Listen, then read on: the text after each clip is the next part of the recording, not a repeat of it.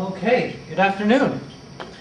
My name is Dr. Garayas, and I am teaching the third lecture, week 3, for, that'll be like chapter 3 and 4, week 3 for PHT110. Now this first part, chapter 3, is kind of like, for those of you who took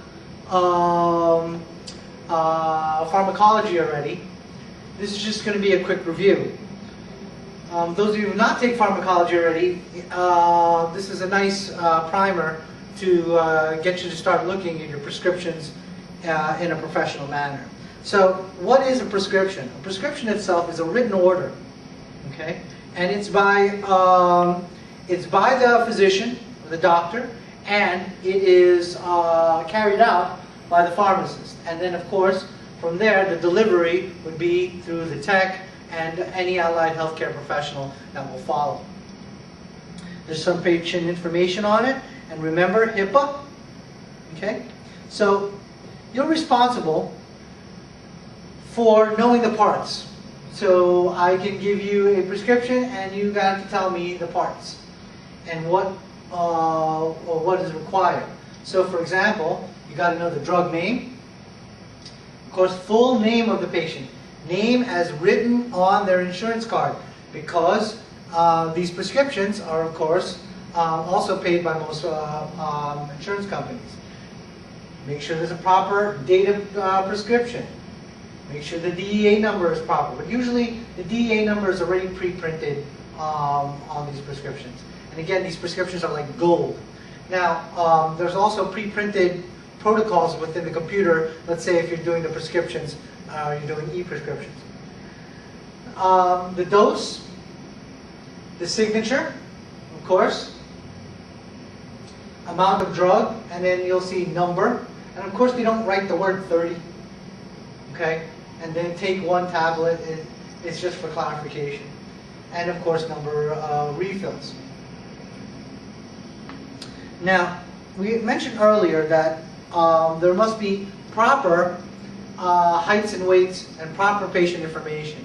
And many times, some physicians may be remiss in writing the proper date of birth, whether it's male or female, and or the patient information. But whatever patient information is on, make sure that the items in the chart or the items in the electronic chart match up.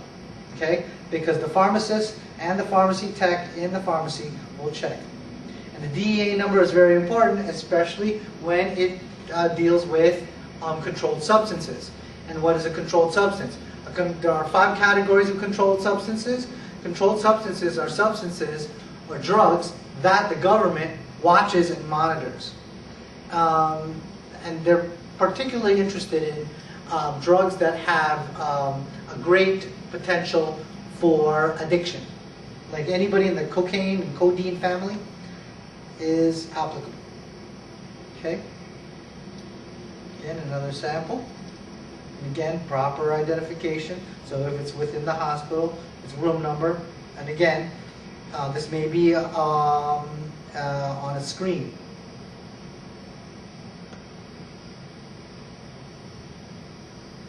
There's the DEA checksum formula. Don't really need to know it for this particular class, but it's to see if the DEA number is real.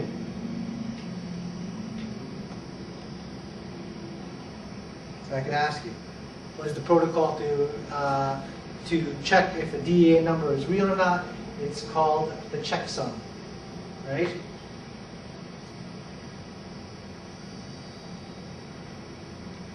But criminals aren't stupid. They're going to create a DEA number that that usually matches your checksum.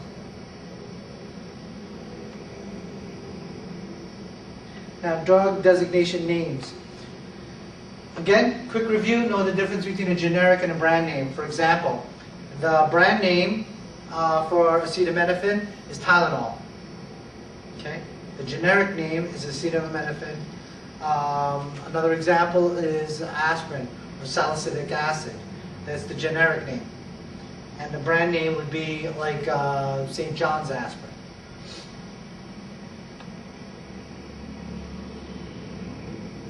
And again, you're going to have labels, and anytime you see a label, it's fair game for any potential question I may ask.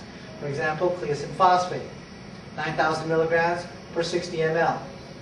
Okay? Remember, drug strength, dosage form. Okay? And of course, here at the bottom, it's made by Pfizer, so that's the manufacturer. Here's some other examples.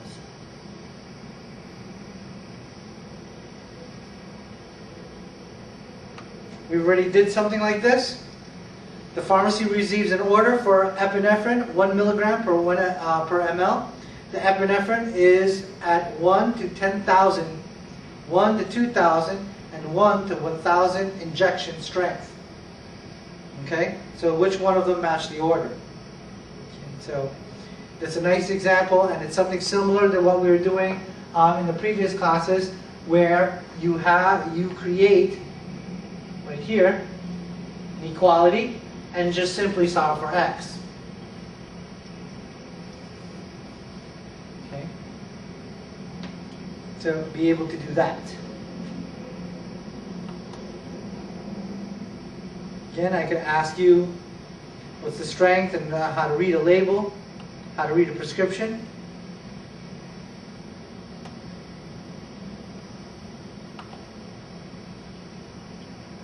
Here's another example on page 80. Example 3.1.4. An acid medication reads take 1 ounce 3 times a day.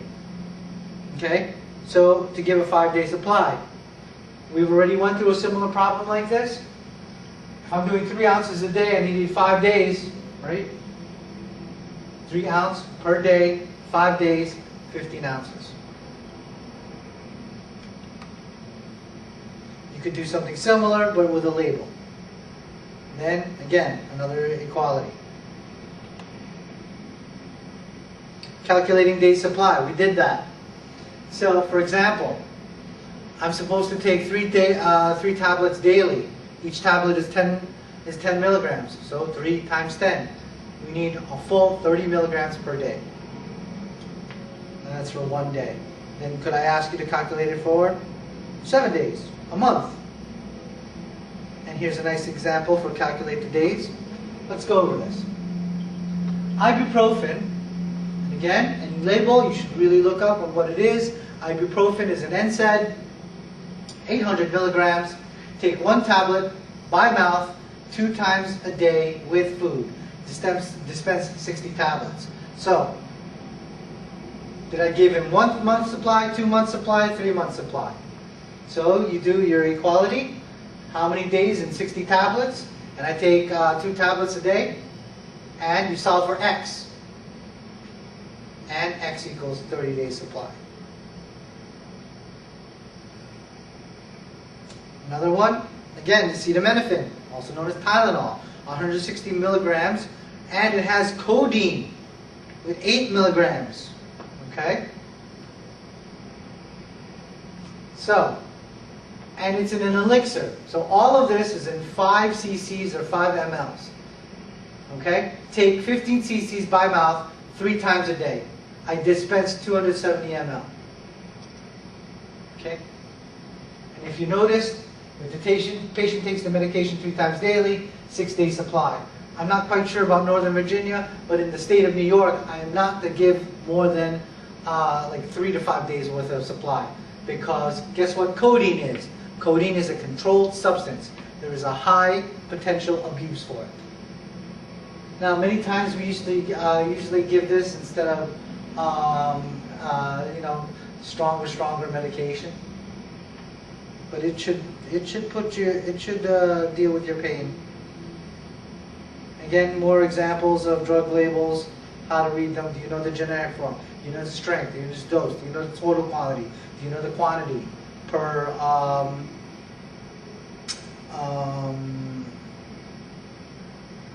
quantity per ml? That's common. Or quantity per cc. You know the difference between a DEA number and the NDC number.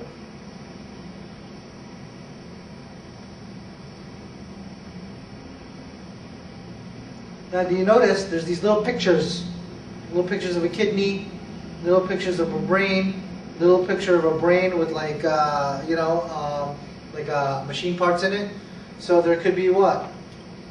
Neurologic side effects. This one is, of course, kidney side effects. This one is cognition or mentation. Right? Prozac, also known as fluoxetine. Prozac is the brand name. Fluoxetine is the generic. And again, if you see a label, you don't know what the drug is, look it up, because that is part and parcel of your profession. Spironolactone, really common for asthmatics. But here, what does it do? It causes kidney problems. Okay. Here's some applications. And if you notice, the applications look like different versions of the examples. Like I said, I'm not that creative.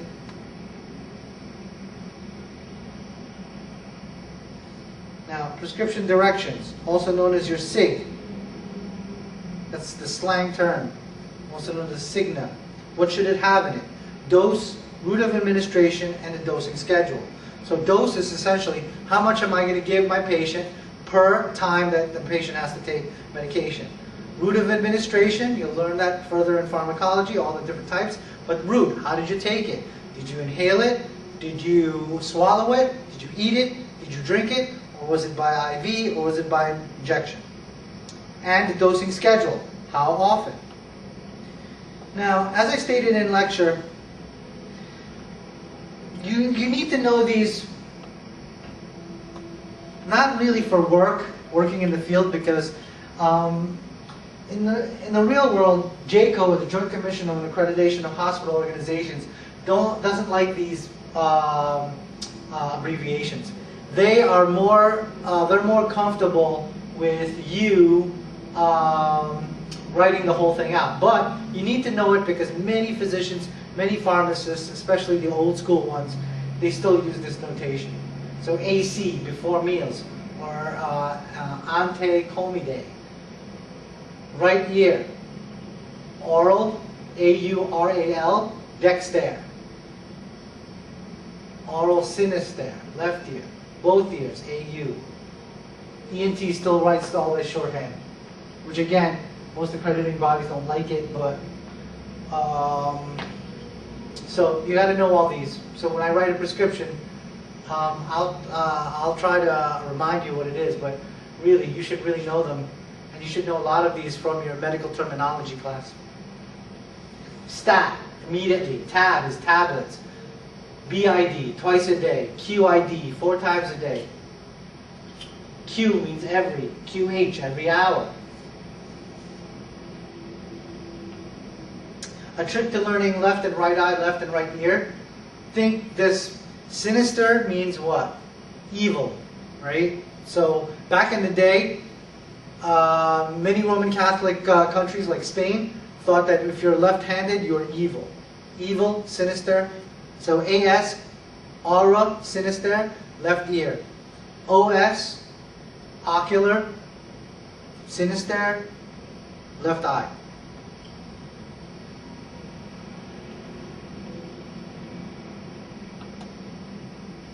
Okay, and there's a whole bunch of examples. So that was pretty much chapter 4. Easy, very straightforward. Let's jump right in, chapter 3. Let's jump right in chapter 4. Applying metric, measurements, and calculating dose. Okay.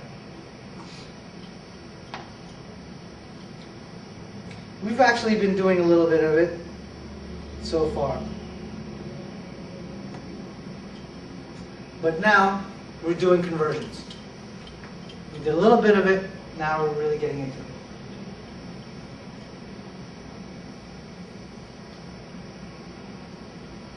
All right, the basic measures, basic metric units of measures. There's 3 things you can measure: length, weight, and volume. Now length, of course, you measure it in a meter. Weight, or how heavy something is, or the effect of gravity on your mass, that is weight. And that's measured in grams.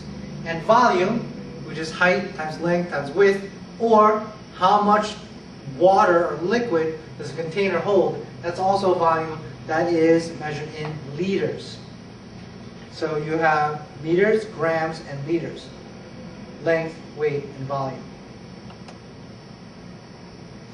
Now, you put these prefixes in front of the grams, meters, and what was it? Grams, meters, and liters. Then it's just like how we used scientific notation. So 1/1000, or I mean 1 billionth is a nano. So that's 1 times 10 to what is it? 1 times 10 to the -9. Let's count. 1, 2, 3, 4, 5, 6, 7, 8, 9. Yep. 1 times 10 to the -9, and 1 times 10 to the -8. -7. And 1 times 10 to the -4. 1 times 10 to the -3. -2. And of course, 1 times 10 to the 3, which is 1,000. So those are smaller things. So a centimeter is 1/100th of a meter. A decimeter is 1/10 of a meter. A micrometer, right, is 1/millionth. So you put the basic units in, behind these prefixes. Remember before? Then you can tell if it's a big thing or a little thing. But nano, micro, milli, centi, and deci means that the thing is smaller. And here's some examples. And here's some abbreviation examples. If you notice the abbreviation example right here for milliliter or ml. Okay, and careful. It's a capital L because a liter is a capital L.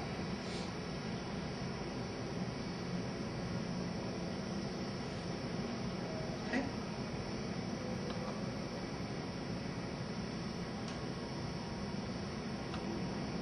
Now, over the next couple of pages, they go through some equivalents.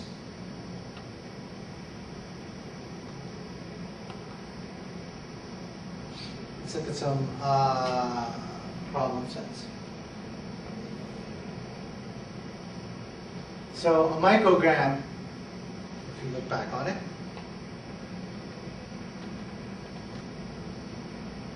micro is 1/millionth of a basic unit. So the microgram is 1/millionth of a gram, and so on and so forth. Kilogram is 1 times 10 to the 3, or 1,000 times bigger than what? A gram. And think about it to make sense.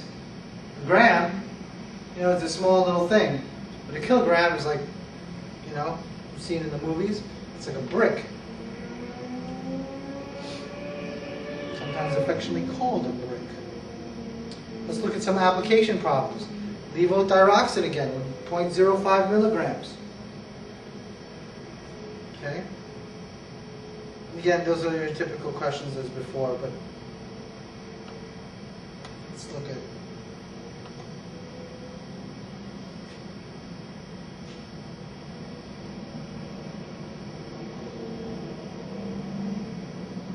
So one kind of question you'll see here is if we're given a dose of a patient, 1.2 grams of cimetidine per day in 4 divided doses.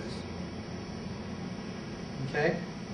So we have to be 4 divided doses, so that's 1.2 grams divided into 4. Okay? So you do the math on that. 1.2 divided by 4 will come out what? 0.3.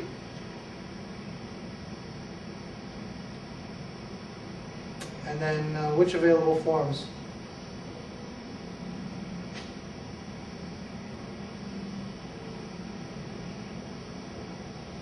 So will we use 300 milligrams, 400 milligrams, 800 milligrams? Remember, 0.3 is what? 300 milligrams. That's kind of the question, because essentially, when you're doing stock, you're given an order, and then you have stock supply that you get that you gain from, because it's harder to, have all the 300 milligram tablets out, and it's harder to have all the 400s and all the 500, all the 800s all mixed together. So you make stock preparations for that.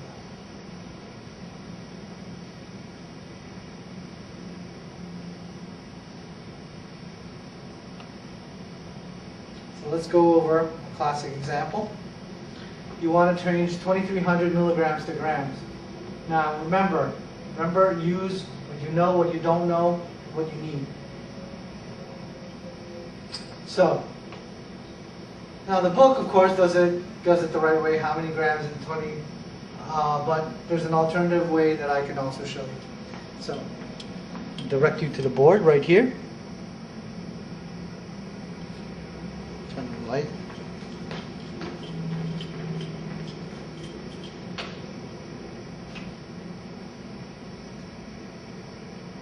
Okay. What you know, what you don't know, and what you need.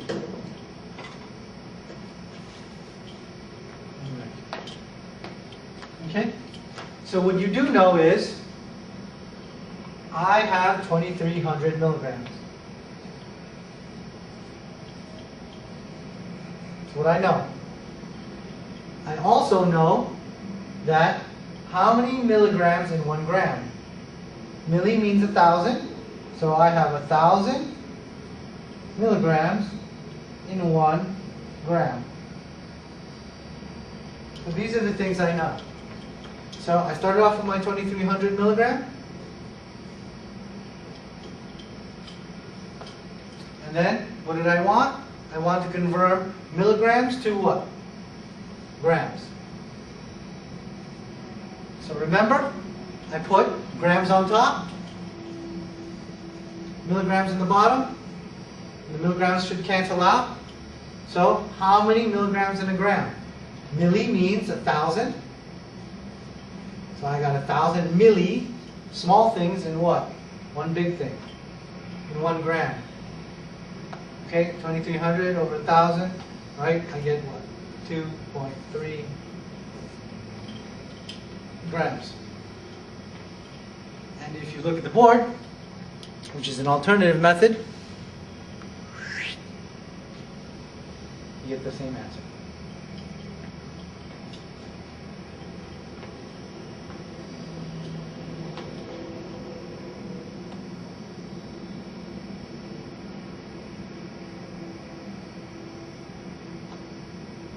Let's look at it.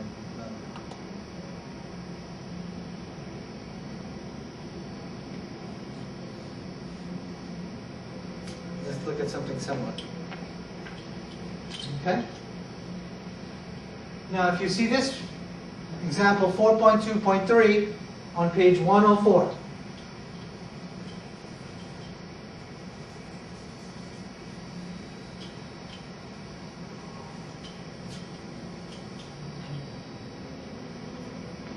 You want to convert 3.785 liters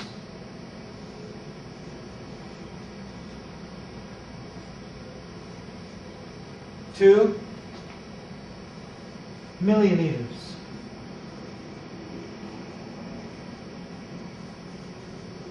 Okay? This is one way to do it. You can make an equality.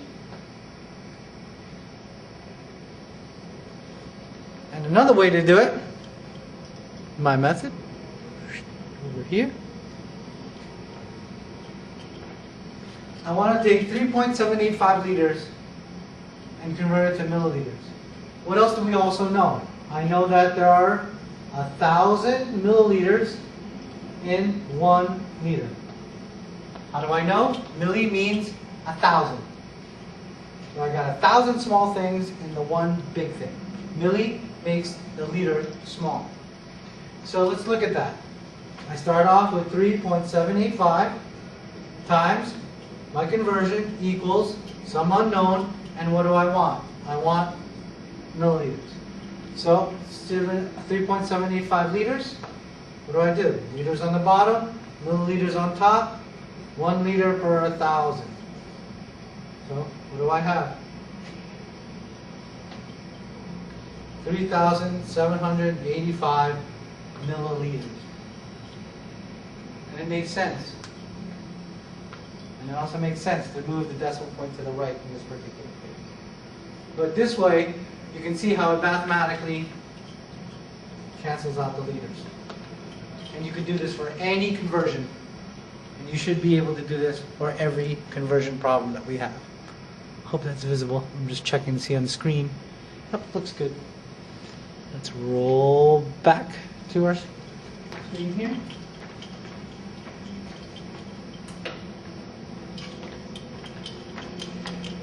So, if you look upon this chapter, there are a whole bunch of examples. And here are other examples that are done in my method, my way, converting milligrams to grams, converting liters to liters, milliliters to liters. You can see how my method as well is illustrated in your book. Okay?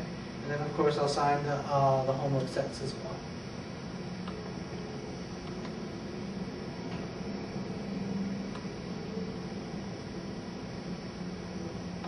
Now, the ratio proportion method, and we kind of went over that in the last chapter. Okay? So you can have active ingredient, or the desired thing you want, and the vehicle, right, which is the desired dose, equal to what you have in stock or on hand, and we did a little bit of that. Let's get into some actual questions. I think that's the best way to explain it.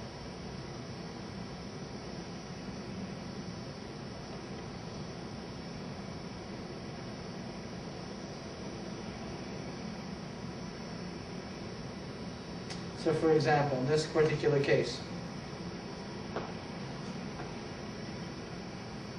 look at the label. You can see this is your NDC number right here, the 00000-0000-00. Amoxicillin in oral suspension, 125 milligrams per 5 ml. Okay? There's 150 ml in each bottle. I'm going to rewrite that here, kind of like a word problem. Okay? And then we can figure out the ratio of the pharmacy stock. So I know I have amoxicillin, and I'll turn the camera in a moment after I write this down. I know it's an oral suspension.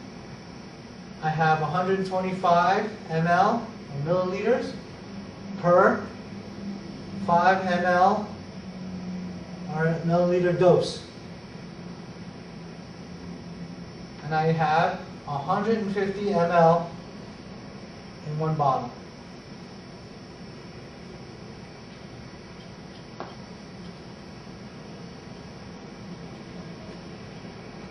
My doctor, what he wants, we want to deliver 100 milligrams of amoxicillin, which is part of the penicillin family. It is an antibiotic. Okay, make sure the child is not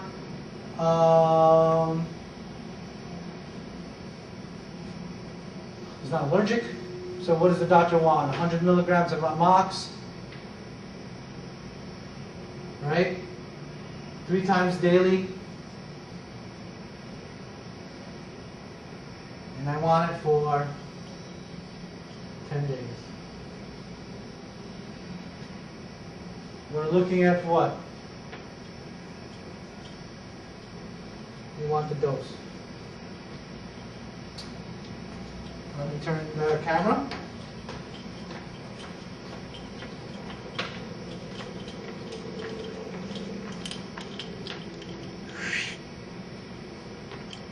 Okay, let's review what that label, what information that we got from the label. So the label, the dose, is 125 ml per 5 ml. So if I give a 5 ml drop, it should have 125 ml worth of amoxicillin in it. I'm I'm sorry, not 125 ml, 125 milligrams. Be careful. Now, in this bottle, there's 150 ml in one bottle of amox. So this is what we get from the label. And again, amoxicillin, part of the penicillin family, is an antibiotic. Now, what does the doctor? The doctor ordered 100 milligrams 3 times a day. So what do we want? We want the dose in 10 days. So how do we do this? First, I got to figure out, what do I want? I want the 10-day supply. Okay? So I have to then identify the prescribed amount. 100 milligrams 3 times a day. So if I have 100 milligrams 3 times a day,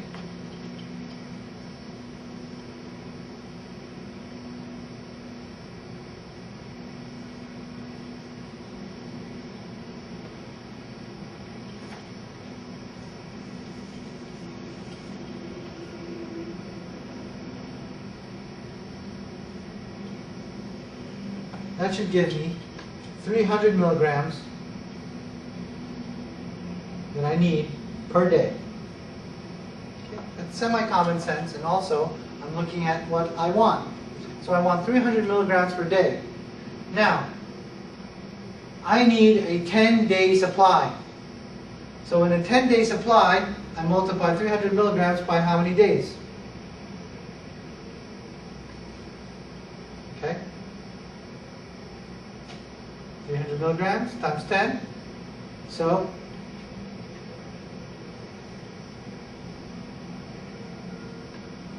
1,000 milligrams for 10 days. We get it to that level. Now the problem is, this is what? Okay? This is milligrams. I want the actual dose. How many ml do I give my patient?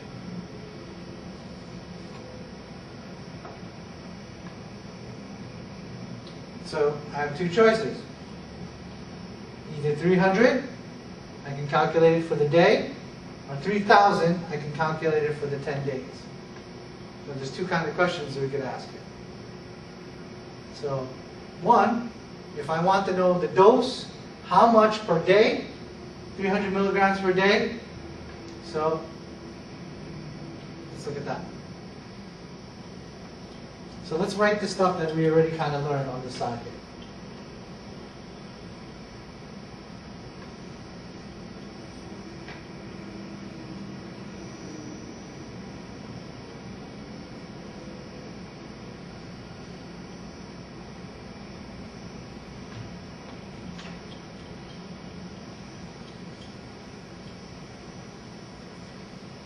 Okay. So one question I could ask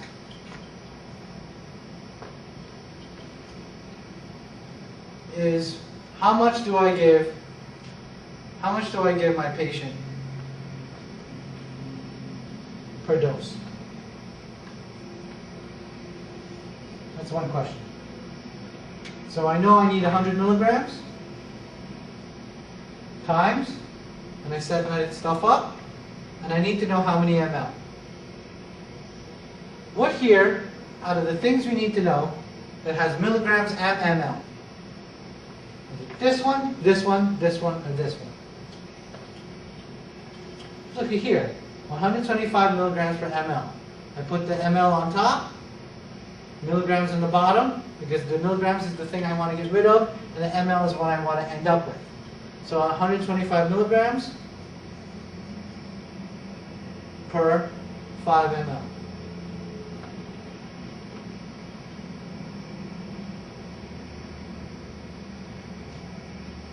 Right?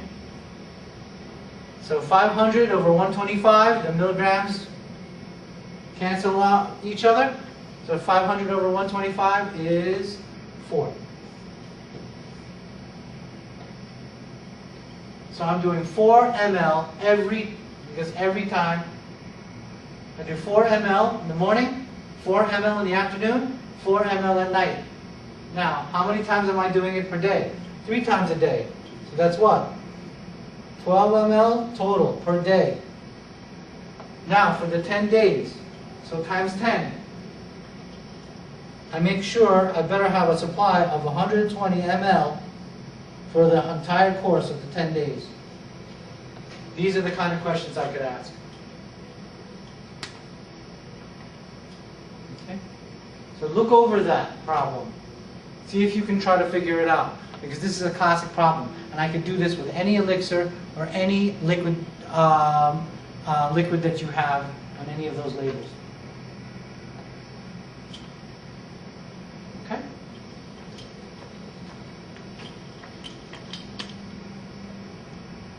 All right. Back to the textbook. I do apologize, but we'll be going back and forth like this. But remember, this is a math class. This is board work.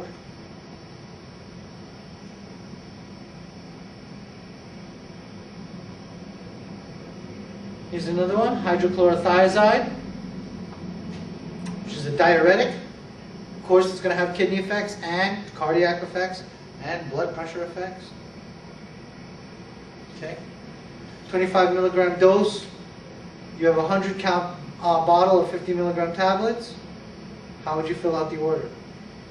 Okay, and you can see this part of the book, they give you all the steps. You're responsible for all of these labels. Meaning to say is, any label that appears on your exam, on your examples, that label is fair game for any quiz or exam.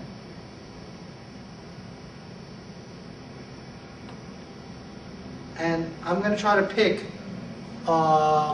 items that don't need, a lot of rounding off or a lot of math. But again, you are responsible. You will have a calculator. You will be allowed to use your calculator during quizzes and midterm and final.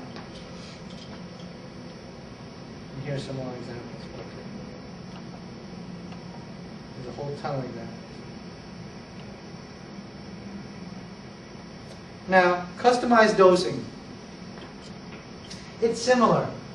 But it's dosing that's based on not necessarily on it's what the doctor orders, but it's also dependent on the different patients. For example, you have one patient that weighs 60 kilograms, one patient that weighs 80 kilograms. If we have a medication that says 15 milligrams per kilogram, it's of course going to be less for the 60 kilogram patient versus the 80 kilogram patient. So let's see how we do that problem right there. So I'm going to read this problem. This problem is on page 115, example 4.4.1. The patient weighs 60 kilograms. She's about to receive medication that requires 15 milligrams per kilogram.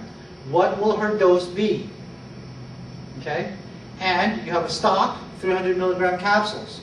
So how many capsules do we need to give her for a dose? All right? So let me rewrite that on the board.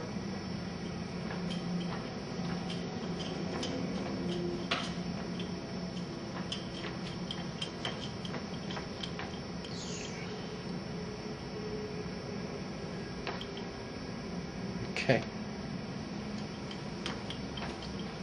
Hope you guys can zoom in. Let me look at the screen. Yeah, maybe I'll write a little bit bigger.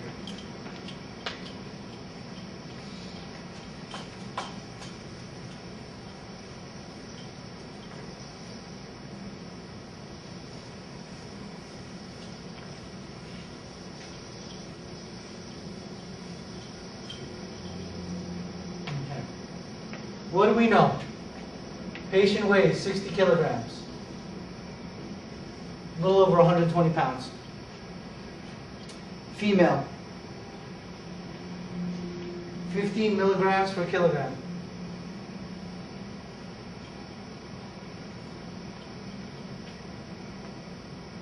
And the meds only come in 300 milligram capsules.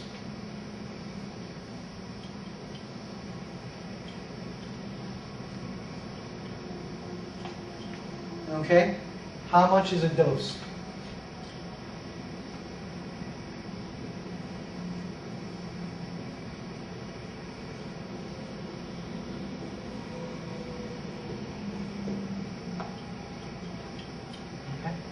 So we start off with what we know.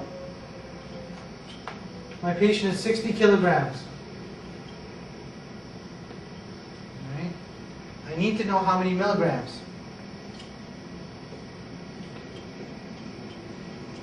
Because that's our dose. Okay. So, which conversion do I hit up? This one or this one? It's this one. Milligrams on top, because that's what I want, kilogram in the bottom. So I do what? 15 milligrams per 1 kilogram. 60 times 15, the kilograms cancel each other. 60 times 15 is 900. So that's 900 milligrams. Now, I have to give 900 milligrams. I know I only have what? 300 milligram capsules. So how many capsules do I give? Then I take the second conversion. I put caps on top because that's what I want. Milligrams on the bottom. How many? 300 milligrams per 1 capsule. The milligrams cancel. 900 over 300. 900 over 300 would be 3. So how many capsules do I dose? 3 capsules. 3 capsules will give me 900 milligrams on this 60 kilogram patient. Know this one. This one is very, very important. This is classic. This is what we do all day at the hospital. It's very simple math, but it's very important math. You can see, if you don't do the math, you don't document, you can easily see how you can over or underdose your patient.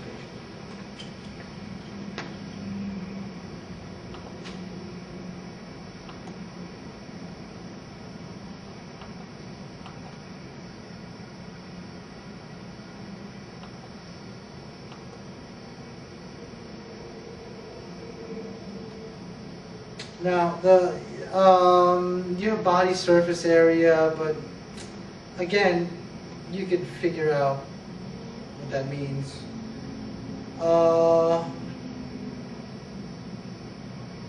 Young's rule and Clark's rule for pediatric doses. There are many. Let's look at Young's and Clark's rule, just real quick.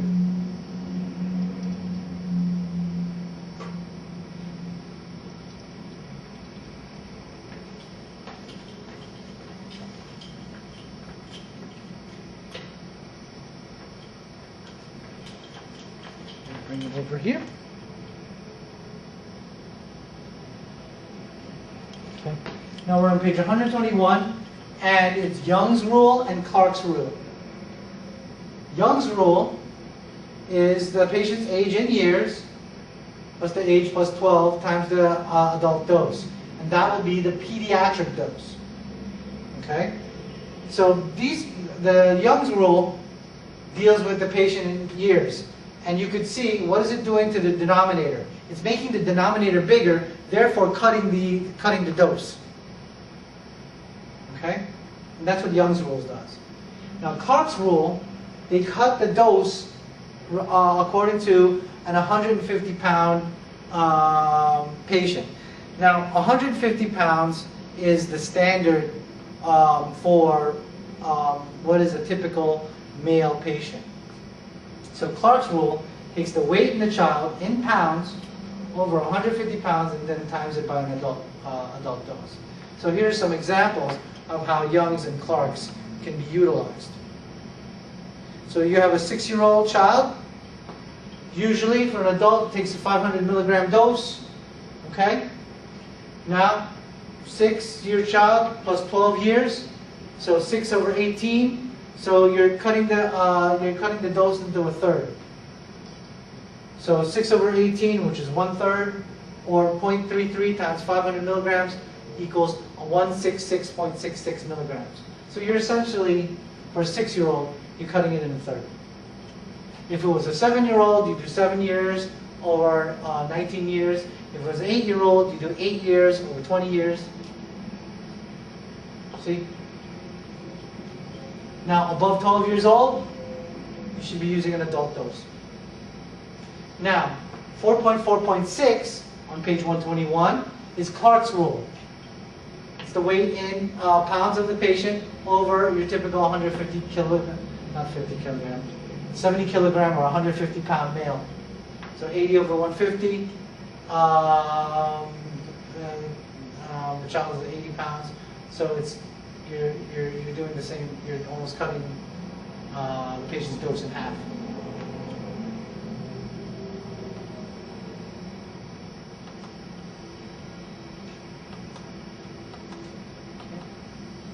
Alrighty, that is that for chapters 3 and 4. Please look out for Moodle for all the homework assignments, and I will be putting quizzes online as well. And remember, the quizzes, the items in the back of the book, and all the examples are fair game, and those are the kind of things that you will see on your midterm. And gang, the midterm's creeping up. Next week will be week 4, and the week right after that, we're already there. So remember what I always state, that maintenance is always greater than repair, meaning to say is study every day. Even though you can't make it here, you got Moodle. You give me a call. Do all the examples. Because remember, I'm not a creative person. Where am I going to get the material? I'm going to get it from your textbook. Maybe not the exact same question, but it's going to look just like it. Or maybe it might be the exact same question. Okay. Use your chapter summaries to know that, hey, did I get that type of question out? Okay? So with this, of course, it's going to be on YouTube. All right? And I'll see you in class when you can. Have a good one.